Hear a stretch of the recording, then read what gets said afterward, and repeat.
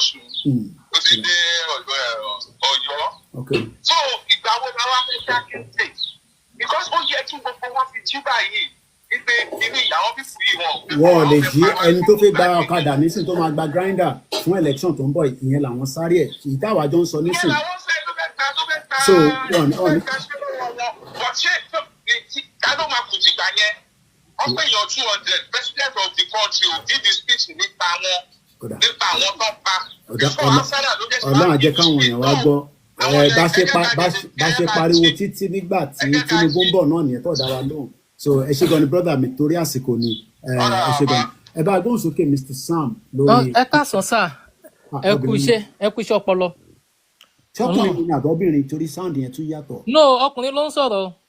Ó yẹ gbóhùn sókè. Ẹ káàsán sá ẹ kú iṣẹ́ ọpọlọ Ọlọ́run ní gba làákàyè yín.